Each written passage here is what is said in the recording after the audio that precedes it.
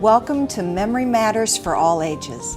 I'm Janelle Nichols from the Gables of Hudson Assisted Living Residence. Welcome back. We are also welcoming Catherine Kilpatrick. Kathy is a speech language pathologist. She brings to our program literally decades of helping people with cognitive issues, memory, and communication concerns. Kathy has an abundance of resources and suggestions. She is a national speaker, author of over 30 publications, and she can help people that have a diagnosis with Alzheimer's disease. She specializes in helping those with that diagnosis and related dementias and helping them walk that journey when dementia comes home. Her heart is giving support and educating the families and the caregivers that are dealing with such a situation. Catherine, welcome back.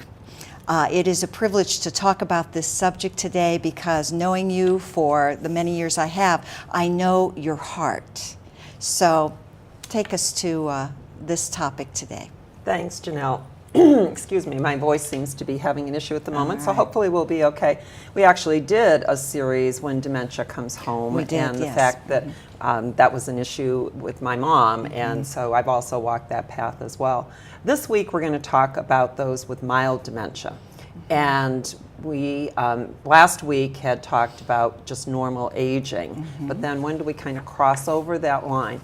The big thing is early diagnosis, and that doesn't often happen. I see so many people in my home health career who have definite issues where they need supervision and they're not able to do things like we would like them to, be able to be safe in their own homes. So one of the benefits is the early diagnosis and having everybody have a chance to plan for the future. So whether it's do they move out of their house, do they do estate planning, what is it that they need to be able to do? And strategies, which is the main thing that I work on, is trying to help them so they can be safe, and then working with those caregivers really makes a difference in the quality of life of the person that's been diagnosed, but also in the caregivers, because often they don't know what to do, and some of their strategies actually make it more difficult, and they're not aware. They need that education. That's why we're doing this program as well. I would think that early diagnosis would be a real challenge, and I'll give you an example. There's a family that I'm working with, or have in the past, and the daughter is here in town and the son is out of state. The daughter is noticing things that is of great concern to her, but then the son calls mom long distance. They're chatting.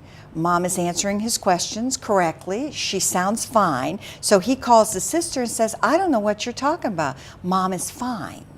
Can you comment? I mean, I would think that this is a common problem in early diagnosis. Janelle, if I had $1 for every time, even personally, that I have dealt with that situation, that is so very true. And so I'm going to give some facts that may be helpful with regard to this. First of all, people with mild dementia can cover well. They're very social, someone who's very well organized and who has kind of made subtle modifications. No one's going to know that that's going on. It's much harder to see. Now, it's not a bad thing. My mom was super organized, so it was not until I took her on a trip for several days that I noticed just little odds and ends of things. And the other part was she had a significant hearing loss, so everybody was attributing that to her hearing difficulties. But the recommendation is, if you're a family member and you're out of town, and my mom was on the East Coast, you need to spend a week under the same roof with them. You need to just observe and do things, not go in and out and in and out. And that help is tremendous. People coming and taking them to appointments or out to eat, but they're coming and going. So they're not seeing the daily frustrations. It is so important to not only spend the time with them and then take them away from their familiar environment and then just be an observer. someone had said to me, well, you're being critical. And I said, no, I just want to observe what the changes are so we can be proactive and do some appropriate planning. That makes perfect sense as far as seeing someone in more than one day in various situations. Right. What about someone who starts to repeat themselves? Okay. Repeating questions is something to very much pay attention to. Excuse me. When they're doing that, that's kind of a red flag. I mean, we all do it a little bit, but so often I go in and somebody will say, oh, if my friend, spouse, whatever, asks me what day it is or who's coming over today, and we're going to talk about strategies later for future programs to do that. But it's not always word finding difficulties. Sometimes the only change you'll see is their behavior, because what's happening is everything is overwhelming. Like if you lived in France for a couple of days and you knew a little bit of French, if you were visiting, you'd probably be fine. But if you were there for a month or two, what often happens is then you defer to the person that knows French and say, you pick for me, or what did they say? And so there's little things that we can take a look at. And then the problem is, as people advance in the disease, they don't think they have a problem, because they don't remember that they asked the questions over and over again. So, so a lot of people have remained in their homes, but they're unable to take care of the needs that are necessary. I remember getting a referral once from someone from a presentation we did, and went into the home, and there were stacks of newspapers everywhere. And if the person was always this way, that would be one thing. But as the executive functioning starts to go, they have more difficulty. So does that make sense? It makes perfect sense, absolutely. So you're saying a family member needs to be very observant, realistic, and not ignore something that might be a subtle clue. Right, right. Okay. And here's what often happens, Janelle, also. I've done some home health for so long that you just tend to see some of these patterns.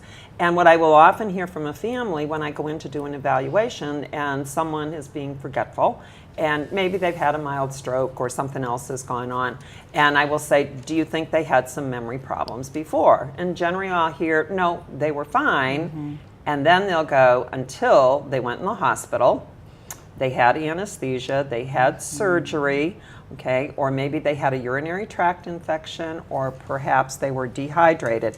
And now they've come home and there's more significant problems, that major crisis. And what happens is, as I talked about in the very beginning, people can cover for it well. If they don't think there's any problem, they're coming and going.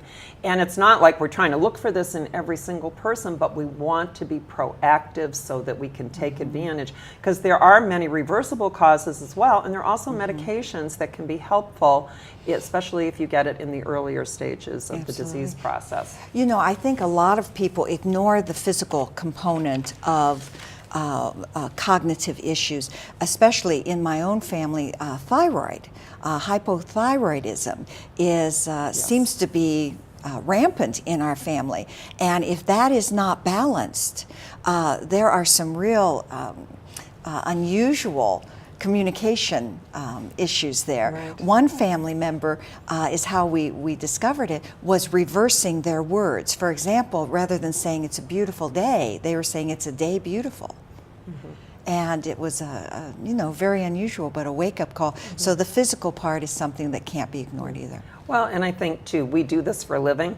So our radar screen is different. And so one of the reasons that we've decided to do this program series is to help people have some additional information on your radar screen so that you can pick up some things. So let me give you a couple of tips here. Absolutely. You talk about near and dear to my heart. The one thing, and I've worked with people in middle stages of Alzheimer's disease or dementia, and it's all about meeting them where they are. It is so important. You know, I'm an advocate for quality of life. So one patient I went in to see, and his daughter was taking care of him. He had moved in recently. He was hearing impaired and had dementia, and like most often, he sits on his easy chair, watching and sleeping in front of TV most of the day. And so I had a referral to see if I could help her understand the disease process and what she could do. After assessing him, figuring out how to communicate better, like face him, not talk behind him, slow your rate of speech down, use larger materials, we came up with questions and reminiscence things at his level that we sat there and talked for an entire hour, and she learned all these strategies that she could do with him. So, and knowing the person's story is so important. I would go and visit my mom, and she was a Scrabble player. We had been playing, that's why I wrote all these books, Janelle, and all this stuff, since I was 8 years old. And so when I would go home, I was the Scrabble player with her, and I noticed when I went in a couple of times that she had this cheat sheet list on the back of the Scrabble dictionary with 2- and 3-letter words. Oh. I was so annoyed because I just play real world word Scrabble, and this is what she did with her friends, and that was fine. I missed it. I talk about somebody with great strategies.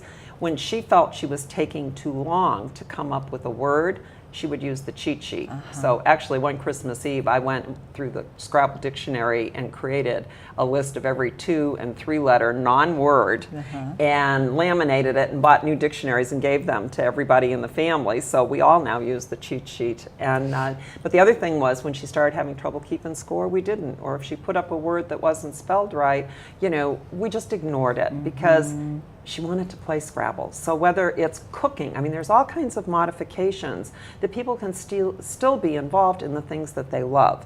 And so that's one of my favorite things to do in my professional realm, is to help people who seem to become disengaged, find out what interests them, what level it works. So one woman had, her daughter kept bringing in stories, books to read. She wasn't reading them because she couldn't read at that level. And remember, got Chicken Soup for the Soul books. Guess what? She was reading again because that was at her level. So you can compensate based upon what that person's interests were, what their occupation was. I know we worked some years back with a teacher, and she was an award-winning teacher and would tell these fantastic stories, but that was actually masking her dementia because people didn't realize these stories were made up now. They were fictional. But she was such a beautiful storyteller that it masked what actually was happening. All right. Kathy, let me add something right before that. Absolutely, go ahead. I evaluated a gentleman. I couldn't get him to stop joking.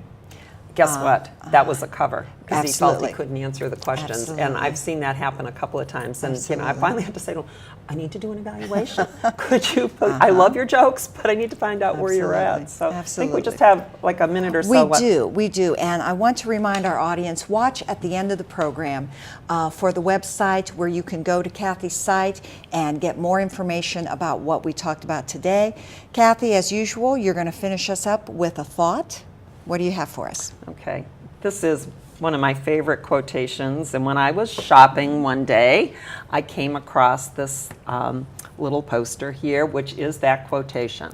The real voyage of discovery consists not in seeking new landscape, but in having new eyes. Marcel Proust.